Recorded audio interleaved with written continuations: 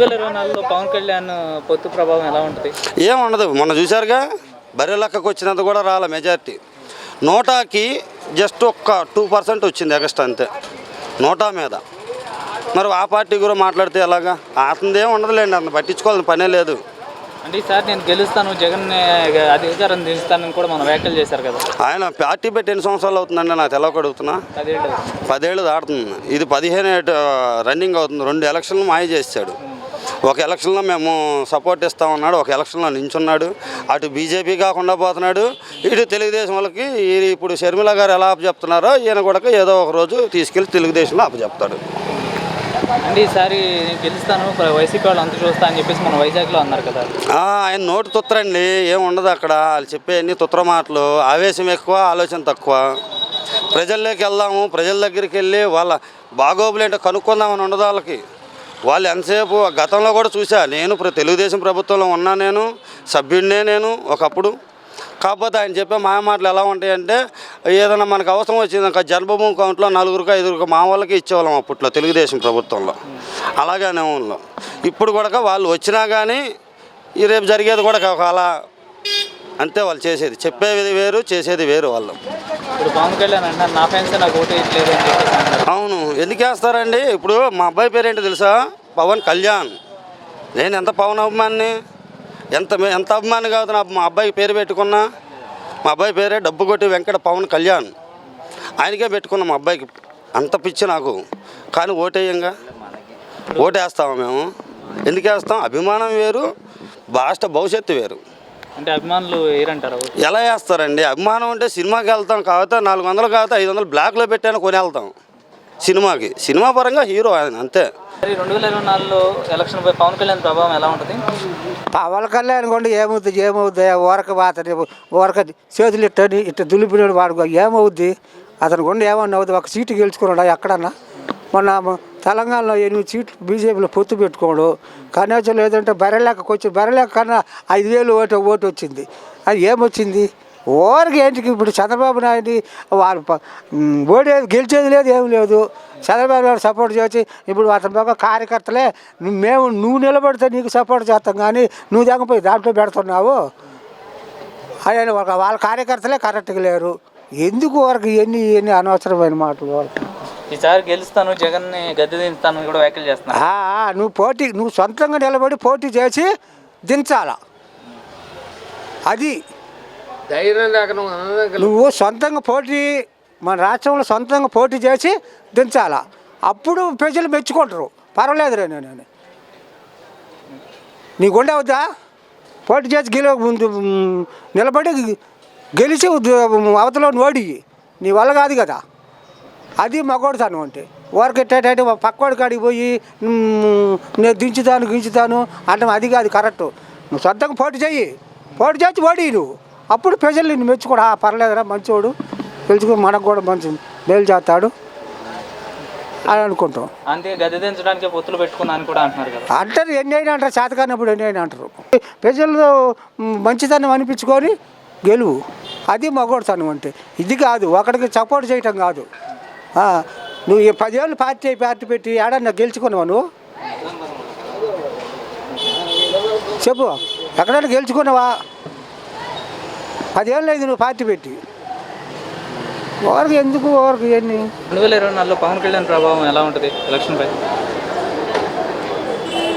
హైదరాబాద్ లాగే ఉంటుంది అనుకుంటున్నాను నేను చెప్పాలంటే చంద్రబాబు నాయుడు గారికి 40% ఓట్లు ఉన్నాయి. తెలుగుదేశం పార్టీ చాలా పెద్దది, ఆయనకి ఇమేజ్ ఉంది, ఆయన కార్యకర్తలు ఉన్నారు, అందరూ ఉన్నారు. ఇప్పుడు ఈ పవన్ కళ్యాణ్కి ఒక కమిటీ లేదు, జనం లేరు, ఏమీ లేరు. ఆయనకి ఏంటంటే ఫ్యాన్స్ మాత్రం ఉన్నారు. మరి ఫ్యాన్స్ ఓట్లు వేయరు. ఆయన అంటే ఇష్టమే, ఓట్లు వేరు, ఫ్యాన్స్ వేరు అనుకుంటున్నాను నేను. అంటే నా ఫ్యాన్సే నాకు ఓట్లు వేయట్లేదని కూడా చాలాసార్లు అన్నారు ఆయన.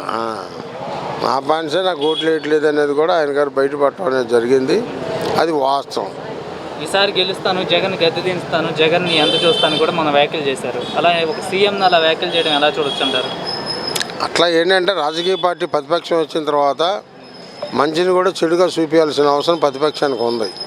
అందుకని అట్లా మాట్లాడతారు. దాంట్లో మనమేమి పవన్ కళ్యాణ్ గారిని తప్పుపట్టాల్సిన అవసరం లేదు. అది అంటారు, అది జగన్ అయినా అంటాడు, ఈయనైనా అంటాడు, ఎవరైనా అంటారు. ఈసారి పవన్ కళ్యాణ్ ప్రభావం ఎలా ఉంటుంది 2024 ఎలక్షన్లో? టీడీపీతో పొత్తు, సీట్లు ఖరారైనాయి కాబట్టి ఎంత అనేది చెప్పలేము, ఎక్కడ సీట్లు ఏంటనేది తెలియదు కాబట్టి ఇంకా ఏమీ చెప్పలేము అనుకుంటున్నాం అండి మనం. అంటే ఈసారి గెలుస్తా జగన్ని గెలిస్తా అంతు చూస్తా అని చెప్పి మనం వ్యాఖ్యలు చేశారు కదా. అసలు అంత లేదులేండి, అంత అయితే అవ్వదు. జగన్ గారి సింహం సింగిల్గా వస్తుంది.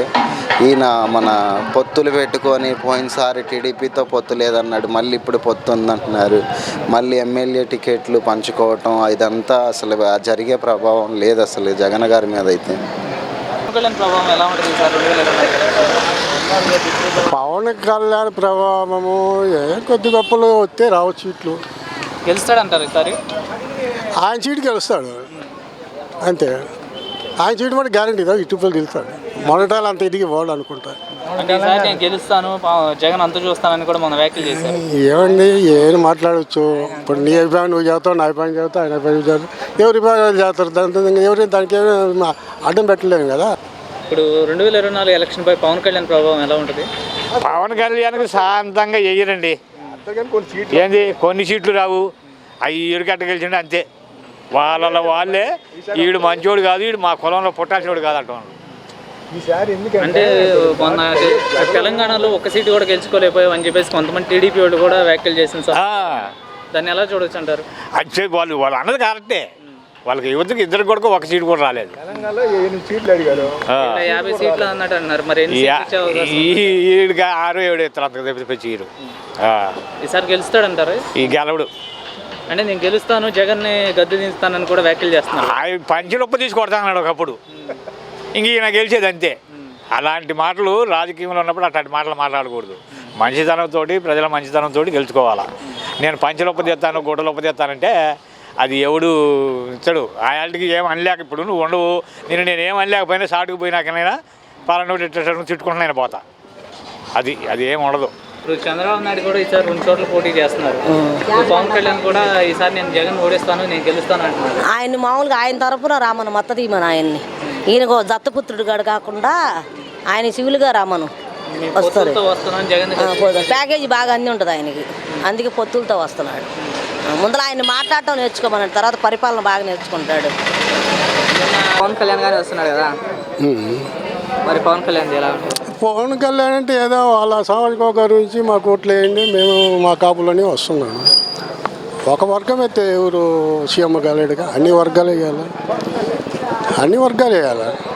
ఒక్కొక్కరు వస్తే ఎవరైనా ముఖ్యమంత్రి అవుతాడా, ఎమ్మెల్యే అవుతాడు? చెప్పు నువ్వు వాళ్ళు. ఇప్పుడు పవన్ అంటున్నాడు కదా జగన్ గెలవనివ్వను అంటావయ్యా, నువ్వు అంటావు నేను అంటాను. అది ప్రజలు తీర్పు, ఒకరు చెప్పేది కదా. నువ్వు అన్నంత మాత్రం నేను బాగుండు, నేనంత మాత్రం నువ్వు ప్రజలు ఎలా తీర్పిస్తారు అంతే కదా. ప్రజలు చేతులు పడి